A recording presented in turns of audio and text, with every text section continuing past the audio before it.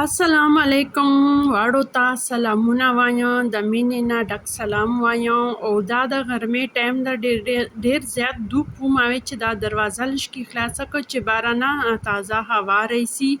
چې لږ د دوپ ختم سي او دا جای به انشاءالله نن لږ کې سیټ کوو دلته د بالټۍ چې ده دلته ایسي ولې اوبه چچیږي ما بالټۍ ورته ایښي دی ول مکمل کار به کوو ما د خپل کور چې ورسره جوړ وکړو چالاکي مې ورسره وکړل هغه به بیا تاسو ووینو او خو اوس په غرمې مړۍ تیاري وکړو نن خو د الو غوښه پخوم غرمې دپاره او اټپاټ ته به بیا اچم لږ به دوکان ته لږ او کور ته بیا پرېږدو یم او اول خو مو زه د خپل په کارونو پوه کړم او دې نه پس به بیا که خیر و سپینې خبرې شروع یم سپینې خبرو باندې به پوه سو چې زه کومې خبرې تاسو ته شوم سپینې چې دا زه کومو خبرو ته سپینې وایم او کوشش به داسې کوو چې ما ته فایده وي او تاسو ته فایده وي ځکه چې ما مقصد دا ده چې زه د خپلو مربتو ته خپلو پښتنو ته ما د ولاګ نه څه نه څه فایده ورسیږي او ما کارونو نه دوی ته څه فایده ورسیږي خو کارو باندې خو مې پوه کړو سره به د کنډک پخوم او سره به د کچن صفایي کوو چې دا یو ورپسې کچن ته راغلي یو چې د واړه کار په چرټول کو او صفایي کوو سره به دغه چلیږي او کوشش به دا کوو چې تاسو ما نه خوښ یو او زه تاسو نه خوشحاله یم دغسې وخت به تېروو نو سپینې خبرې دا دي نن چې دا تېره ولاګ چې ما چې د کومې خبرې کړې وې چې دا تېر غمونه به ویروو خو بیا ما زړه چې یو خبره پاته سه ما ویله چې خلک به وایي چې دا زړې غمونه ویرول داسې څوکه نه دي نو ما ویله چې زه تاسو ته دې والا طریقه وښیم چې را به ویروو دې والا طریقه دا ده چې تاسو خاص کر چې د غرمې شیژو یا د شپې شیژو یا هسې لږ کې ټایم ورته باسو چې رنګې د خلک ورزش کوي که نه دغسې دې دا به ټایم وباسو دا یو ورزش ده ورزش دا ده چې تاسو کله به سترګې به پټې کو او چې د کومو خلکو ته تاسو غوسه یو کومو کارو ته تاسو غوسه یو کوم مصیبتونه غمونه هر شی به داسې ټول کو او داسې یو ټوپیا به ونه جوړ کړو ډیګ به ونه جوړ کړو د غمونه به داسې په یوه بل ور واچو او داسې یو ډیګ به ونه ووایې چې ډیګ ونه ووایې د خپل سوچ چې به ته داسې کوې لکه سترګې به دې پټي او په خپل سوچ چې به داسې کوې که نه نو چې هغه ته ډیګ ووایې بیا به داسې یوه پوکه ورکوې چې ته کله پوکه ورکې په خولې به یې خیر ده مه ورکوه ځکه بیا خو تا ته تکلیف رسیږي ته به خلک به وایي چې دا ولې پوکې وایي خامخا په سترګې پټې دي پوکې وایي په زړه چې به داسې پوکه ورکړې هغه ته داسې پوکه ورکړې چې هغه واړه ډیګ د کوم غمو خلکو غوسو هر شي ولواله ده هغه ته دومره لرې په بونجې که نه چې تا نظر چې هغه ختم سي ته به ترا ورته ګورې په خپل سوچ چې به ورته ګورې چې هغه تا سترګو نه وکړه غایب سي لکه خو بیا به ته داسې کوشش وکړې بیا به هغه هر شی ټول کې بیا به داسې یو ډیګ جوړ کې ټوپی به ودروې بیا به پوکه ورکې دومره اوږده پوکه به په خپل زړه چې ورکې که نه چې هغه هر شی ته په یوسې او ښه لرې یوسې دومره لرې په یوسې چې هغه تا نظر چې وکړه په سترګو دیدن چې د ختم سي لکه داسې به کوې نو ګوره تا به اول ویر چې ته کوې نو هغه به تا به څوکۍ د غمونه ټولون ډیګ به تشه والی سي دویم ویر چې ته وایې بیا به تا ول ذهن چې دا به فریش شي لږ نو هغه چې ته ټولوې بیا به هغه ډیګ بل نه لږ وړوکی هي لکه که نه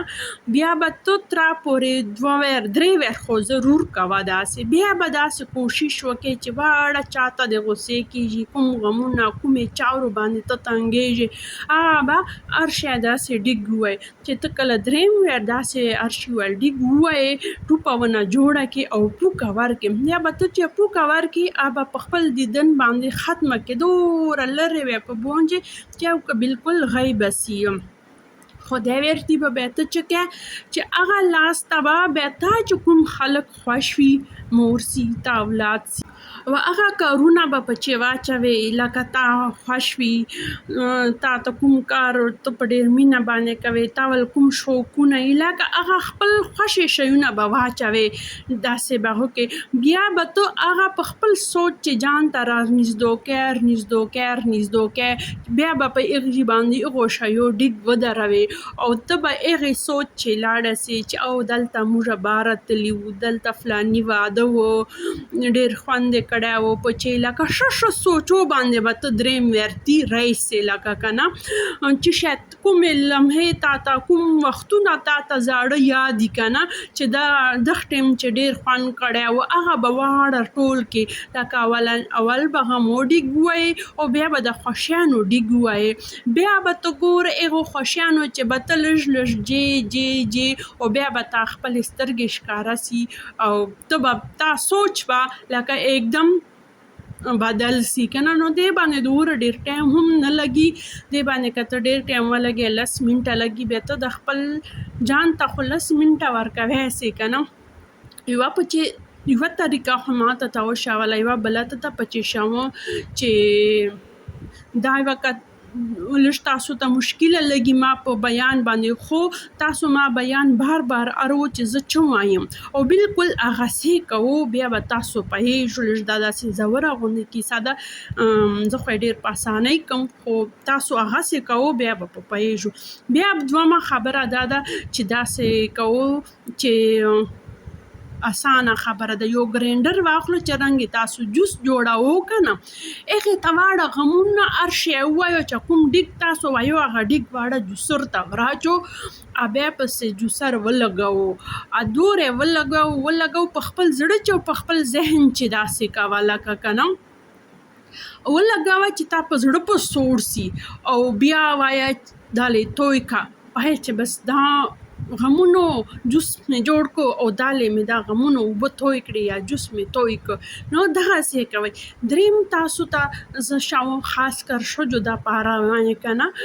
ځکه چې هغه دا کورونو چارې کوي د بټل او ډنډه چې وي که نه چې دغې چې داسې تاسو کوی سو ورسره چار کوی سو کله کله تاسو که د حقیقت چې چار کوی سو که نه رښتیا چې نو دا ورزش یو هلته ورسره کولی سو تاسو.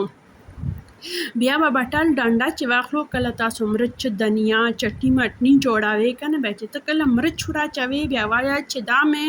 فلاني ته چې د غوسه کېږي مې وراچاوه داسې به کوې چې خوند مو نه اخلی او په خندا مو غوندې په درځي. او بیا چې کوم کار ته تا غوسه کېږي بیا چې کله ته مالګه وراچوې بیا به وایې چې دا مې دغه یوه خبره وراچوله دغې خبرې نه زه ډېره تنګېږم. بیا کوم کارو ته تاسو غوسه کېږي بس هغه وراچوه او بیا داسې ټکوئ چې هر شی چټني کې بیا به ته سوچ وکړه تا ذهن به دې سره ډېر زیات فرش سي. زه دا تاسو ته هغه خبرې شوم چې تاسو که هغسې په سوچ سره یې نسو کوی تاسو سترګې نسو ورته پټوی خو تاسو د کور چارو سره دا کار او دا ورزش تاسو کولی سو په خپل ذهن چې تاسو دا کار کوی سو نو سره مو به کار کېږي، چټني مو به جوړېږي، جوس مو به ورسره جوړېږي. خیر په ذهن چې که جوړوئ بیا خو به جوس توی کوئ که نه غم جوس به وي که نه خو که په حقیقت چې داسې جوړوئ جوس یا د بل څه شي کیلې جوس خیر ده بیا شوی واړه غمونه مې وچښل درته بس ما ذهن اوس تازه سم. نو دا مې تاسو ته 3 طریقې وښولې، 2 مې ته په کارونو چې وښولې او دغه 2 کارو ولې تاسو په خپل ذهن چې کوی سو او په کارونو چې کوی سو. یوه مې تاسو ته په ذهني په طور باندې ورزش درکړ چې تاسو دې کوئ دې سره به تاسو ډېر زیات فرش او دا خوښي چې دا یو هنر ده دا به زده کوې. ګوره دنیا ته چې کله ماشوم راځي په زړه راځي په خندا نه راځي که نه نو دې نه سړی سوچ وکړي چې دا خندا به موږ خپله زده کوو زړه موږ ځان سره راوړې ده خو د خندا به موږ زده کوو د الله طرف نه موږ ته اشاره ده چې تاسو به خندا په خپله زده کو